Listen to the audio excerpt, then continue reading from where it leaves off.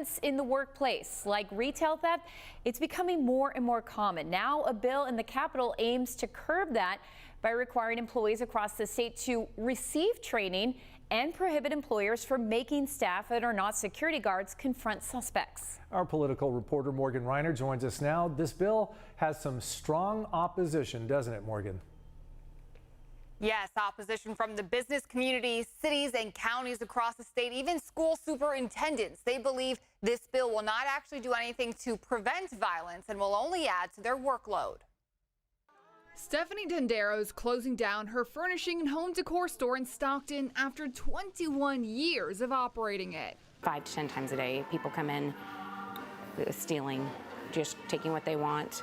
The reactions to when you confront them is horrible. It becomes very fearful. Samantha Webster has worked at Safeway for 21 years. I saw a man stealing cheese and other items.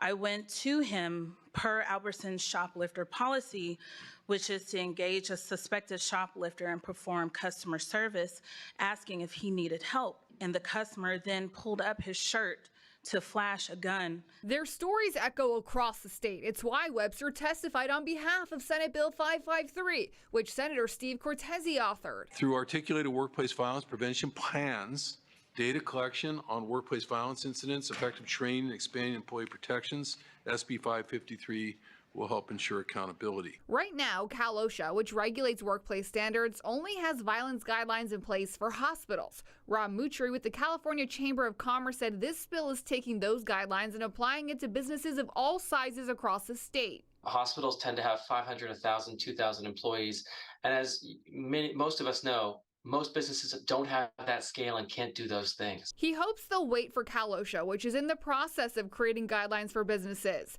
The bill will also require detailed records of all violent incidents. We don't see this as preventing a situation where someone walks in with a gun and decides to do terrible things, right? This regulation is focused at a core level on training, record keeping, those kind of background pieces. And though they're important and we should get them right, we don't see that as really preventing the kinds of tragedies we're seeing in the news. Senator Cortese responded to the criticism that this legalizes shoplifting by not allowing regular employees to confront active shoplifters, saying some environments may in fact require security personnel.